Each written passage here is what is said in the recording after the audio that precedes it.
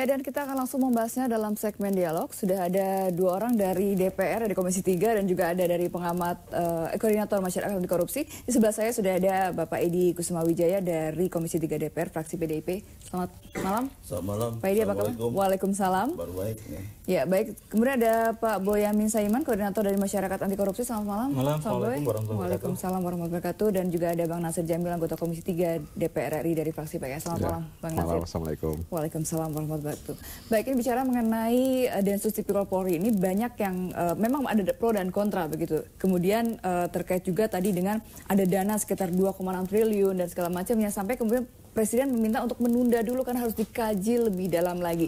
Kalau bicara mengenai urgensinya, pandangan dari fraksi ini kebetulan fraksi berbeda nih. Apakah juga berbeda pandangan terkait dengan keberadaan rencana Densus Tipikor Polri ini? Silakan dari Pak Edi dulu. Kalau kami di Komisi 3 ya, sudah ada Pak Nasir, kami pandangannya sih sama sih. Pada intinya kami mendukung sebetulnya dibentuknya Densus Tipikor Polri. Kenapa pemikiran kami waktu itu agar Polri ini mempunyai suatu peran aktif dalam mendorong juga dan membantu juga KPK dalam pemberantasan korupsi. Kenapa? Jadi untuk memperkuat KPK begitu?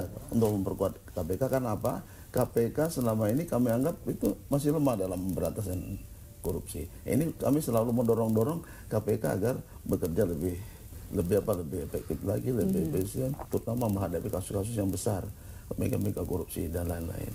Oke, bukankah dalam KPK sendiri juga ada unsur kepolisian sebenarnya di dalam KPK? Ya, untuk penyelidik dan penyidik itu lebih kurang 80% itu adalah dari unsur Polri. Yeah. Kemudian juga sekarang memang sudah ditambah sih oleh istilahnya KPK itu penyidik independen bentukan KPK itu sendiri. Yang di luar dari kepolisian begitu. Di luar dari kepolisian. Oke, baik. Kalau Bang Nasir bagaimana pandangannya terkait dengan urgensi keberadaan Densus Tipikor Polri ini? Iya, kita kan ingin mengevaluasi ya agenda pemberantasan tindak pidana korupsi di Indonesia. Kan ada 3 institusi penegak hukum, kepolisian, kejaksaan, dan KPK. Dan kita ingin agar indeks persepsi korupsi kita kan makin tahun makin baik. Tapi ternyata kan naiknya tidak signifikan.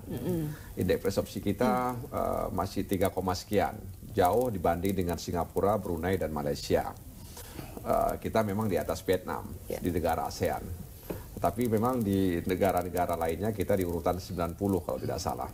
Itu artinya bahwa tindakan-tindakan represif yang selama ini dilakukan dalam konteks pemberantasan korupsi tidak berkorelasi dengan peningkatan indeks persepsi korupsi kita. Sehingga kemudian timbul pertanyaan, ada apa dengan pemberantasan korupsi kita. Nah, karena itu ada 2 institusi ya yang oleh Undang-Undang KPK tahun nomor 30 tahun 2002 itu disebutkan bahwa mereka tidak efektif. Ya, jadi Undang-Undang KPK nomor 30 tahun 2002 itu dalam konsideran menimbang di huruf B menyebutkan bahwa lembaga pemerintah yang selama ini ya memberantas atau menangani kasus korupsi tidak efektif atau belum efektif dan belum efisien dalam memberantas tindak pidana korupsi. Nah, kondisi ini kan tidak boleh berlama-lama, kan begitu. Nah, karenanya KPK itu muncul dengan sejumlah kewenangan dan di antara kewenangan yang tidak dimiliki oleh kepolisian dan kejaksaan adalah KPK itu berfungsi sebagai trigger mechanism. Dia sebagai pemicu, pemicu untuk juga kemudian mengembalikan kepercayaan publik kepada kejaksaan dan kepolisian. Dalam rapat-rapat dengan mitra kerja di Komisi 3, kita juga sering bertanya kepada Kapolri dan Kejaksaan Agung. Kenapa misalnya KPK lebih leading dalam kasus-kasus korupsi? Ya tentu karena KPK hanya mengurus korupsi, sementara kepolisian dan kejaksaan kan dia juga mengurus banyak urusan yang lain ya. Banyak urusan yang lain, sehingga dia tidak fokus dengan korupsi. Dan memang kalau kita merujuk Undang-Undang nomor 2 tahun 2002, polisi kan tugas utamanya menjaga keamanan dan ketertiban dan penegakan hukum. Jadi memang porsi mereka itu menjaga keamanan dan ketertiban, sehingga bisa dipahami kalau kemudian mereka tidak begitu konsen dengan kasus-kasus korupsi. Nah, tapi kalau kita melihat korupsi yang semakin bukan saja merajalela, tapi ada yang bilang meratulela. Ya. Karena saking sudah melebar kemana-mana. Jadi banyak, apalagi OTT, sehingga kemudian kan diperlukan sebuah kerjasama. Ya, sinergisitas dan kemudian keterpaduan tiga institusi ini. Memang selama ini sudah ada MOU di tiga lembaga ini, tapi memang harus kita akui belum harmoni. Bukan berarti ada gontok-gontokan, enggak, tapi belum sejalan. Karena apa? Karena ada dua berbeda ini. Satu lembaga pemerintah non kementerian. Ya, satu lagi lembaga non struktural. Kejaksaan, kepolisian itu adalah lembaga pemerintah non kementerian. Dan ini lembaga non struktural. Nah, dua model seperti ini bagaimana caranya supaya bisa harmoni? Nah, itu sebabnya kita melihat bahwa peningkatan kapasitas di kepolisian dalam konteks penanganan korupsi mungkin bisa dilakukan melalui dengan membentuk Densus Tindak Pidana Korupsi. Baik. Nah, kalau pandangan dari masyarakat anti korupsi ini bagaimana nih, Pak Boy? Ya, saya tetap berpandangan meskipun bukan pembela KPK begitu. Tapi ayolah kita berdayakan semaksimal mungkin KPK ini. Tidak perlu membentuk iya, karena memang kita lain. Kalau melihat turunan begitu di TAP MPR nomor 11 tahun 98 itu kan kemudian memang ini kebutuhan yang memang harus pada posisi kemudian di undang-undang turunannya gitu adalah undang-undang nomor 28 tahun 99 pemerintahan bersih bebas KKN itulah di diktum-diktum umumnya segala macam itu mengarah kepada lembaga khusus untuk pemberantasan korupsi itu dan kemudian juga turunan tadi di undang-undang KPK bahwa lembaga lain yang belum memang efisien gitu. Nah, sebenarnya mestinya pada pemahaman itu KPK ini didorong betul seperti rencana-rencana untuk membentuk KPK di daerah-daerah. Sebenarnya begitu. Dan gambaran ideal saya itu mestinya pemberantasan korupsi ya sudahlah ini urusan KPK saja gitu kan. Dan polisi dibebaskan untuk urusan di luar KPK, Kejaksaan Agung juga. Sebenarnya ada MOU juga tadi. Iya, itu kan urusan berkaitan sinergisitas saja. Tapi kemarin juga harus kita tengok ke belakang gitu. Apapun gitu Pak Edi pada awal-awal pembentukan pansus itu segala macam kan ada suara-suara untuk bahkan KPK itu tinggal pencegahan gitu kan. Fungsi penuntutan mau ditarik.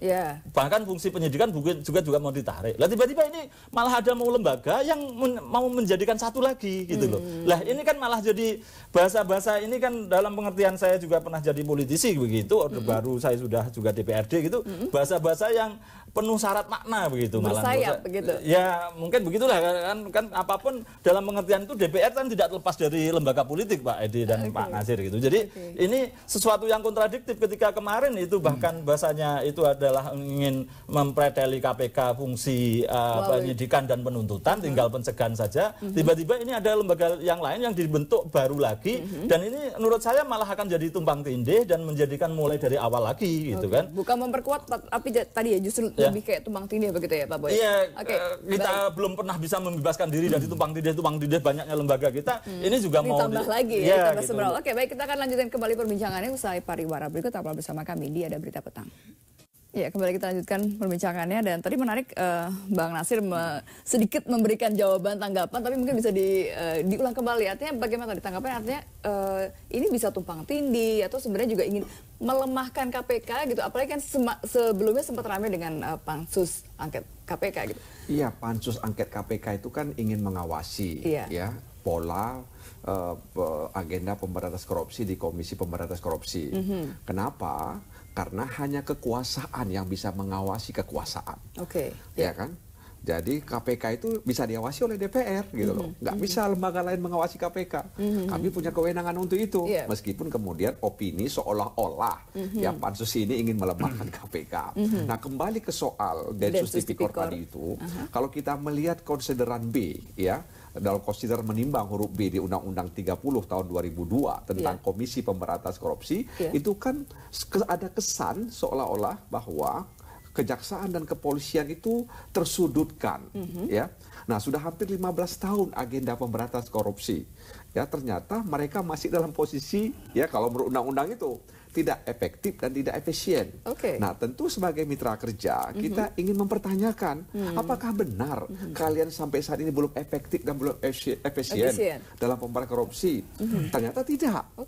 Ya, kalau kita mau lihat hasil rilis ICW beberapa waktu lalu misalnya, bahkan kejaksaan itu lebih banyak ya dalam menangani kasus-kasus korupsi dibandingkan dengan KPK. Ya karena sampai kejaksaan negeri di daerah-daerah kan pasti juga lebih banyak. Kita bukan bicara kuantitas, kita mau bicara konsideran B itu sebenarnya, iya kan? Nah, jadi kita ingin melihat itu, makanya kita tanya, makanya kemudian kejaksaan itu membentuk satuan tugas khusus Tipikor, tapi tidak efektif. Kenapa? Karena memang di situ juga jaksa-jaksa yang tidak ada kewenangan apa-apa. Jadi hanya dibentuk satgas, ya kan? Nah kemudian Densus Tipikor dibentuk kepolisian, ya kan? Itu sebenarnya ingin ya mempercepat. Jadi speednya itu mau dipercepat gitu loh. Nah jadi dengan demikian kita ingin memberitahukan kepada masyarakat bahwa kepolisian dan kejaksaan juga bisa efektif dan efisien dalam menangani kasus-kasus tindak pidana korupsi. Begitu. Baik Pak Boy, silahkan. Ya gini, dari kejaksaan pun juga ada karena satgas itu, dia juga punya kewenangan penyidikan dan juga penuntutan. Apakah sudah efisien misalnya? Kan pertanyaan begitu. Kita tidak pada posisi menjustifikasi efisien atau belum begitu. Tapi pemahamannya begini. Pengalaman saya hari ini gitu aja. Saya mengajukan gugatan pra-peradilan terhadap kasus RJ Lino di Pelindo gitu kan.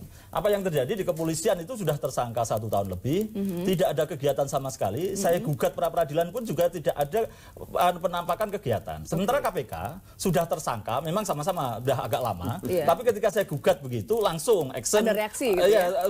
Baru saya daftarkan aja udah reaksi menyita, terus kemudian memanggil lagi saksi, kemudian juga mencekal orang, kemudian pada posisi membuat DP orang gitu. Karena memang tadinya kesulitannya itu selalu satu adalah pemborongnya itu dari luar negeri, sehingga sama-sama kesulitan. Tapi setidak-tidaknya dari bahasa efisiensi itu kemudian gitu loh. Terus yang cepat tanggap tuh mana begitu? Iya, ini karena RJ Lino ini kan selalu tuduhan itu kan berlama-lama karena melibatkan asing gitu kan. Nah, dan sementara kemudian KPK pun juga begitu gitu kan, alasannya begitu gitu. Nah, ketika saya gugat efisien mana gitu kan, ini hanya contoh case gitu kan. Tapi apapun bahasa saya, ini kan kalau kita nanti ini pun kejaksaan nyatanya seperti itu dalam proses-proses itu, kita kembali pada soal konsideran tadi begitu kan, hanya latar belakang Pak Nasir. Jadi dalam pengertian itu kita kembalikan lagi apakah ini sudah kepolisian mampu menunjukkan dirinya dia bukan masalah dari korupsi sendiri gitu. Nah, kejaksaan juga begitu gitu ya, kan. wajar. Jadi kalau kita tanya kepada kejaksaan, kepolisian,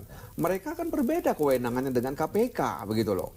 Jadi mereka kewenangannya berbeda, kemudian juga indeks untuk indeks nominal untuk perkara berbeda, iya kan? Jadi karena ada kewenangan yang berbeda, kemudian juga yang lainnya berbeda, tentu saja kemudian tidak bisa kita head to head kan antara kejaksaan dan kepolisian dengan KPK. Nah, makanya justru itu maksud saya serahkan aja KPK semua Pak Nasir gitu. Nggak bisa. Bagaimana itu salah satu yang menjadi banyak sekali ribuan kasus ke KPK sampai sekarang nggak jelas. Nah, makanya diperbesar KPK-nya. Didorong untuk membuka daerah-daerah itu kita gitu beri kan. kesempatan Pak Edi. Ya, jadi kita juga sudah pernah melakukan suatu analisis yang mendalam ya terhadap kinerja KPK. Waktu itu awal-awalnya kita cukup bangga ya dengan KPK. Tapi kebanggaan ini kita akhirnya surut. Bukan. Kita memikirkan suatu analisa. Karena apa sebabnya? Kok KPK kok bagus waktu itu awalnya kan? Kita katakan bagus. Kenapa? Penyidiknya kok polisi juga, ya kan? Terus penuntutnya kok jaksa dari juga. Kejaksaan, kok jaksa dan polisi dikatakan tadi kurang efektif dan efisien dalam penegakan hukum waktu itu. Nah, setelah kita analisis waktu itu juga kita libatkan KPK, kita ajak bicara. Itu tergantung daripada salari yang diterima oleh gaji yang diterima oleh para penyidik.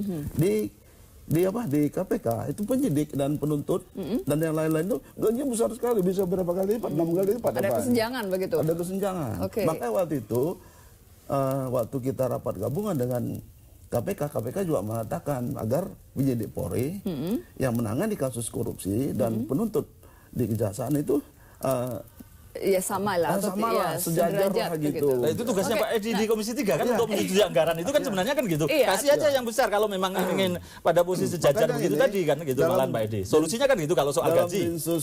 Densus Tipikor ini sebetulnya tidak terlalu sulit untuk kita membentuk Densus karena ini halnya sudah biasa. Dulu contoh misalnya begini. Tapi ada di masyarakat sendiri ada yang kontra terhadap pembentukan Densus ini kan mengatakan kepolisian sendiri tidak juga bersih dalam hal korupsi gitu. Kalau mereka mau bersih-bersih di luar, kalau mau bicara bersih-bersihan di dalamnya bagaimana? Kalau bicara bersih-bersihan, kita sekarang sedang melakukan suatu investigasi atau penyelidikan terhadap KPK ya.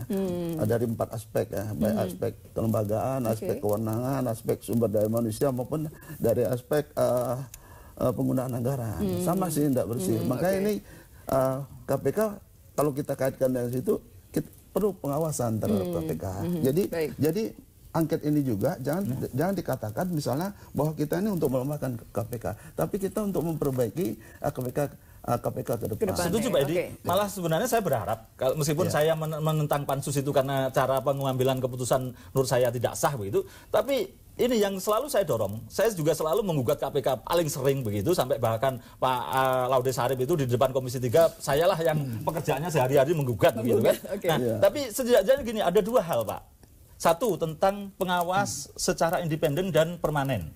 Itu Mahkamah Konstitusi yang tidak ada di undang-undangnya tentang Dewan Etik, mereka sudah membentuk lembaga etik secara permanen. KPK inilah yang didorong, jangan hanya pengawas internal, tapi yang namanya badan pengawasan secara permanen dan levelnya seperti itu. Gitu. Maksudnya begini. Ya, itu didorong aja Pak Edi. Dan awalnya, kedua, tadi kita mengatakan bahwa penegakan hukum yang waktu itu dilakukan oleh Polri dan Kejaksaan kurang efektif dan efisien, khususnya dalam pemberantasan korupsi. Sehingga akhirnya wacana Densus Tipikor. Bukan.